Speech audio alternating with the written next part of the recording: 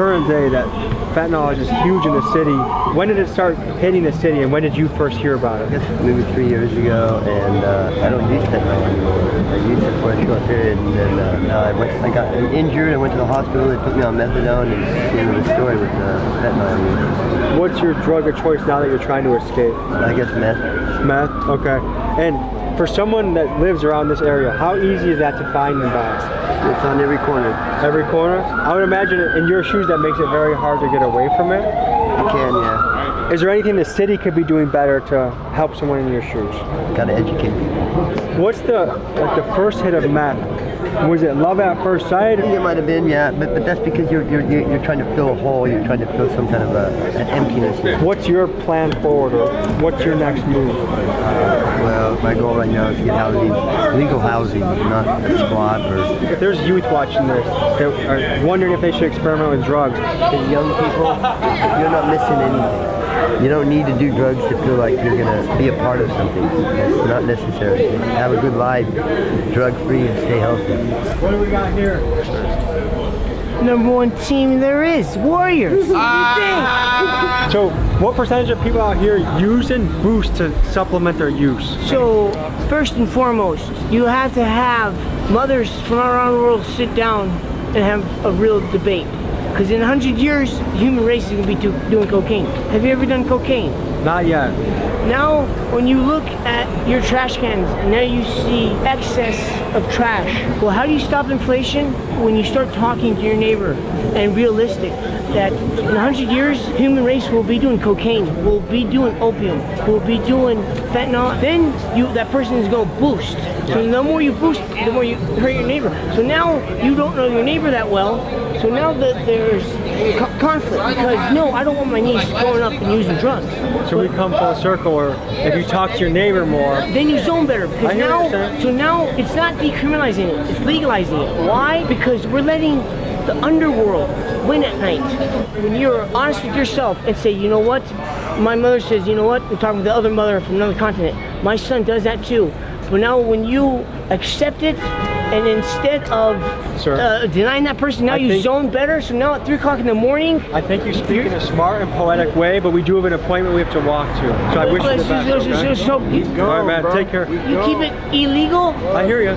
When you see cities like Los Angeles, San Francisco, New York, with crime and all the bad things that are happening there, it's easy to point at them as a punching bag for bad progressive policies. And while I do agree some of those progressive policies are counterproductive, I do think it's important to highlight that in rural areas across the country, you look at Kentucky, Mississippi, West Virginia, these are Republican-dominated places, and they have a lot of the same problems that the progressive cities do too, just in rural pockets. High rates of drug addiction, high rates of welfare, high rates of unemployment. So if we are going to advance as a country, I think we need to compare notes and work together as a team to say what solutions are truly going to benefit each area, and what can make a city a good, safe, and employable place to live no matter where it is in the country.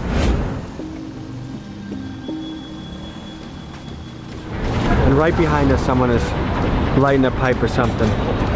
It's just so open and blatant here. I was out here on the streets from here, San Jose to Stockton, and I used to be one of these guys out here selling drugs, doing drugs. Yeah. So I was a part of this lifestyle for almost 20 years. I went in and out of prison for 5 times. I couldn't stay out of the street for more than 90 days. I would get out of prison within 2-3 months, right back in, 5 times. Is there a story from that time period that can give us an insight into what your life was like? I grew up around drugs and gangs all my life. So when I was a little kid, I already knew I was gonna end up in prison. For me, I was able to get out of it through a lot of pain, and I finally made a choice in prison to finally get out of it. And now I'm out almost 5 years clean. Congratulations, brother.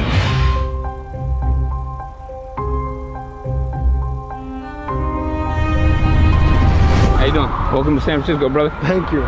Our area right here in Soma and the Tenderloin really has not changed too much at all. As you can see, we have a lot of children in this area that got to walk through this. This area of San Francisco with these buildings and complexes actually have the highest concentration of children in all of San Francisco.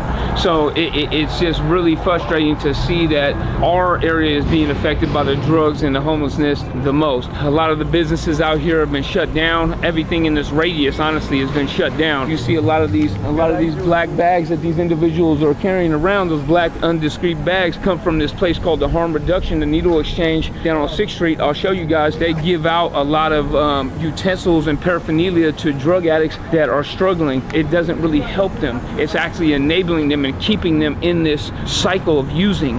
Let's talk about the business of harm reduction. In 2023, over 800 people died from overdose in San Francisco, 80% of which involve fentanyl. One of the ways that people try and reduce this is harm reduction. Harm reduction is the providing of paraphernalia such as pipes, needles, and foil to addicts for the safer consumption of the drugs. Many people argue that while you are working on the larger issue of getting people out of addiction, you might as well work in the meantime on the task of giving them clean tools to prevent long-term negative effects such as HIV, hepatitis, and other diseases from being spread. Millions of dollars flow into San Francisco every year to help towards harm reduction. This spending allows the distribution of over 240,000 needles every month to drug addicts in San Francisco, or about 1 needle for every 3 residents in the city. The position of harm reduction is a controversial one. San Francisco Mayor London Breed was a longtime supporter of harm reduction, helping to launch the Safe Injection Task Force program. Most women love that. I love it. You get on top of a woman, you crush her sternum, you crush her rib cage, you put your hands around her neck, and you're giving it to her and taking it away. You're giving life and you're taking life away at the same time. There's 2 things going on here. There's a hot and a cold. You know, you're choking, but you're giving life and feeling. Squeezing the love into them, but